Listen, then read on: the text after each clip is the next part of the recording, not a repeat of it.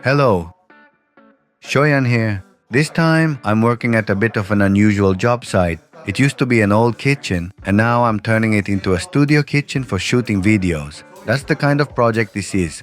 First up is dismantling.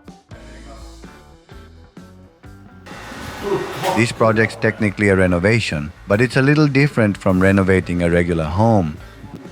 The building has a steel frame structure. This room used to be part of a seafood processing shop, or maybe more like a catering business, I'd say. They probably had a bunch of sinks lined up here to process fish and stuff. And now we're turning this space into a YouTube studio. No matter the job, we always start with dismantling. We don't know yet what's inside here, so I'm tearing down this section to check what can and can't be removed, like the foundation. Anyway, we've got to take a look before making any calls, so let's start dismantling from this corner.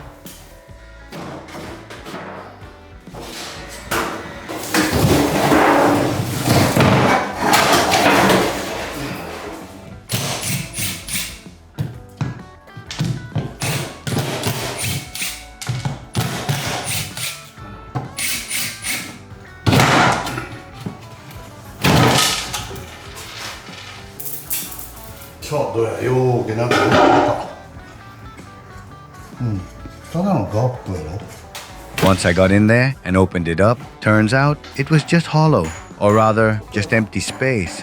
There's a big steel column tucked into one corner, so I'm guessing they used that front line to install a row of commercial sinks.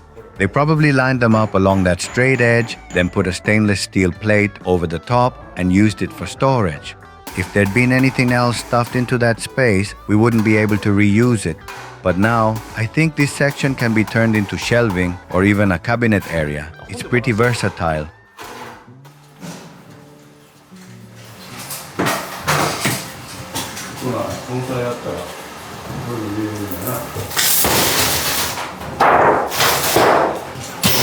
I had the plumber, gas technician, and electrician all scheduled at the same time.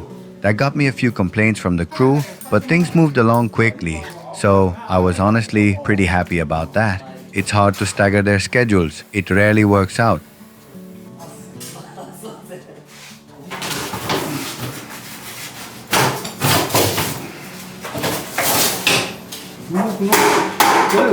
The building itself is steel framed, but the walls are built with light gauge steel studs and runners, so dismantling it isn't too tricky. Since it was built quite a while ago, it has stainless steel plates attached along the lower part of the walls. And they did a pretty solid job. Those plates were held in with double-sided tape, glue, and standing seams hooked at the top. Even pulling hard, they wouldn't budge. But once you get those plates off, it's just a matter of removing the wallboards behind them. All in all, this might have been easier than tearing down a more complicated wooden structure.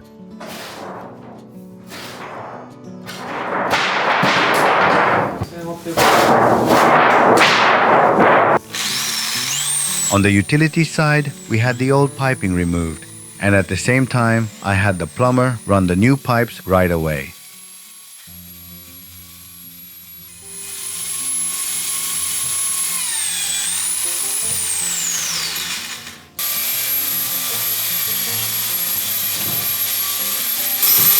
With both the utilities and wiring removed, I can now start dismantling the boards from any direction. The framing inside is light gauge steel, and I plan to reuse that. So I'm taking apart each board one screw at a time.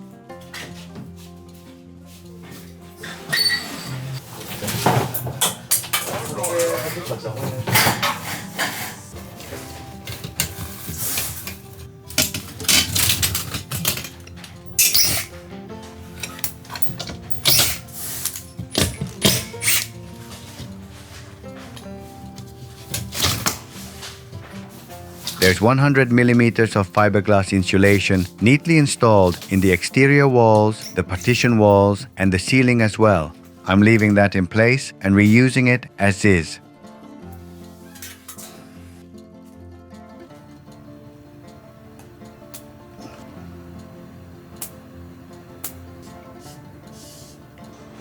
With the ceiling and walls dismantled, the teardown phase is done. We're left with solid, well-insulated walls. Now I mark out the dimension for the new kitchen layout right onto the concrete floor. Then I move on to framing the floor. There's already a door frame at the entrance and we're keeping that, which means I can't raise the floor height too much. If I do, there won't be enough headroom and you'd hit your head walking through the door. So instead of installing joists, I'm spacing beams closely and using those as joist substitutes.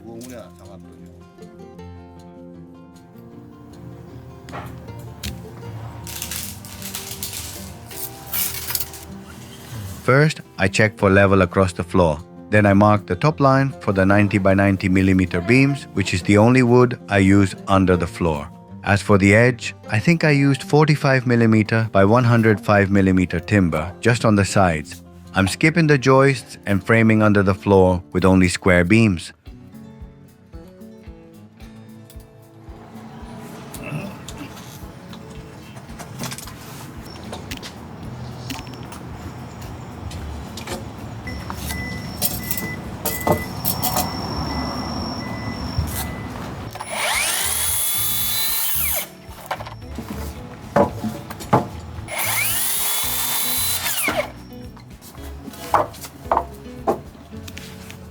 Next, I set 2 cm foundation shims. Even though there shouldn't be much moisture, we're still dealing with concrete, so I don't place wood directly on top of that.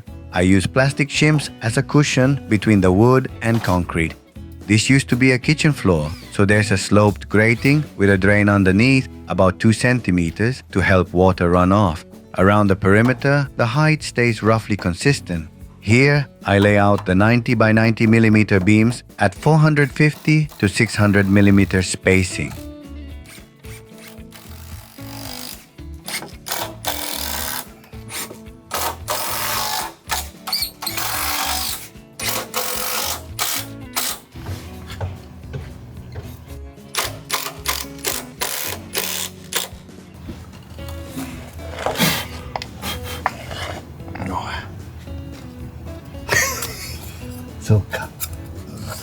I match the highest point of the concrete floor with a 2 centimeter shim, then adjust everything else using 3 different sizes of shims, 3 millimeters, 9 millimeters, and 12 millimeters. While that takes care of the leveling, I still need to secure the beams to the concrete, so I'm using L-shaped angles to screw the beams directly to the concrete.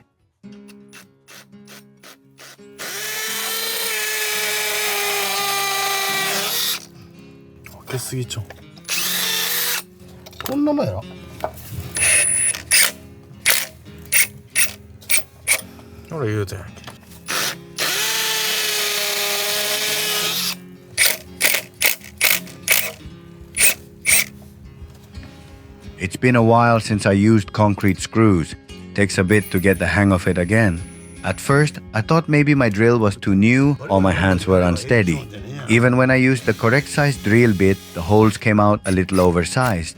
But once the bit wore in and I got a feel for it, the screws started biting in just fine. You know what they say, whether it's something simple or just a pair of scissors, it's all about how you use it.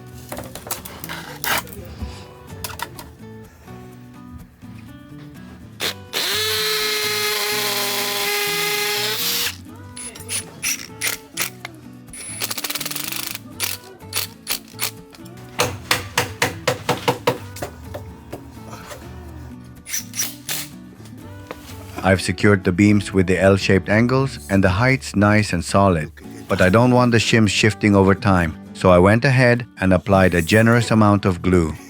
Now, there's no way it'll loosen up vertically.